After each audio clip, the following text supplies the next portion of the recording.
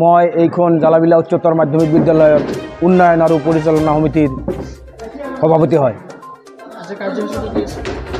আজিৰ কাৰ্যসূচী হ'ল এইবেলি 2023 চনত হাইস্কুল শিক্ষান্ত পৰীক্ষা আৰু উচ্চতৰ মাধ্যমিক পৰীক্ষাত যিবিলাক ল'ৰা ছোৱালীৰে সুখ্যাতিৰে প্ৰথম বিভাগ উত্তীৰ্ণ হৈছে বা হয়তো ডিষ্টিংশ্যন পাইছে, লেটাৰ পাইছে, সিহঁতক আমি উৎসাহ জগাবলৈ য'ত সামান্য হ'লেও অলপ সম্বৰ্ধনা জনাইছোঁ, যাতে আমাক এই বিদ্যালয়ত হয়তো লোৱাৰ ক্লাছত যিবিলাক ল'ৰা ছোৱালী আছে সেইবিলাক ল'ৰা ছোৱালীয়েও উৎসাহ পায় আৰু ভালদৰে পঢ়া শুনা কৰে, আৰু এওঁলোকেও যাতে উৎসাহ পায় আগন্তুক জীৱনত ইয়াৰ পিছত যিবিলাক পঢ়া শুনা কৰিব যাতে ভালদৰে পঢ়া শুনা কৰে।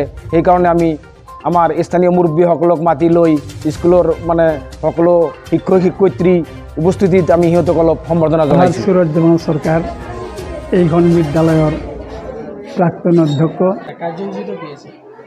আজি কাৰ্যসূচী হ'ল এই জালাবিলা উচ্চতৰ মাধ্যমিক বিদ্যালয়ৰ পৰা 2023 চনত যিসকল ছাত্ৰ ছাত্ৰীয়ে সুখ্যাতিৰে অৰ্থাৎ প্ৰথম বিভাগত ফাৰ্ষ্ট ডিভিশ্যন তাৰ ওপৰতো লেটাৰ বা অন্য ধৰণৰ কিবা আৰু যদি মেৰিটে ভাল ধৰণে পাছ কৰা সেই কৃতি ছাত্ৰ ছাত্ৰীসকলক, আৰু লগতে উচ্চতৰ মাধ্যমিক বিদ্যালয়ত চূড়ান্ত পৰীক্ষাত যিসকল ছাত্ৰ ছাত্ৰীয়ে সুখ্যাতিৰে পাছ কৰিছে সেই ছাত্ৰ ছাত্ৰীসকলক বিদ্যালয়ৰ তৰফৰ পৰা মানে সামান্যভাৱে হ'লেও সম্বৰ্ধনা জনাৰ ব্যৱস্থা কৰিছে, আৰু সেই উদ্দেশ্যে আমি ইয়াতে একেলগ হৈছিলোঁ।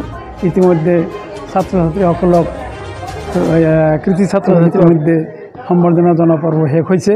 এতিয়া পুৰণিকলীয়া মনোভাৱটো এতিয়াও আছে। ছোৱালী 13 বা 14 বছৰ বয়স হ'লেই যদিও লিখা পঢ়াত ভাল থাকে, তথাপি মানে ল'ৰা এটা পালে সি বেকাৰ হয় নে কি হয়, ল'ৰা এটা পালে আমাৰ গাৰ্জিয়ানে বিয়াটো দি দিয়ে আৰু কি। এইবিলাক বন্ধ কৰাৰ কাৰণে মই আজি বহুত বছৰৰ পৰা বহুতো চেষ্টা কৰি আছোঁ, কিন্তু হয়তো সিমান সবল হ'ব পৰা নাছিলোঁ।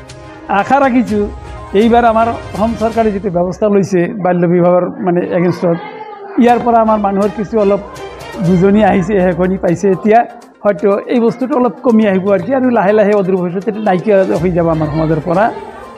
ল'ৰাই হওক বা ছোৱালী হওক উপযুক্ত বয়স হ'লেহে বিয়া দিয়াৰ ব্যৱস্থা কৰিব, এইটো মোৰ এতিয়া বিশ্বাস এটা হৈছে আৰু কি।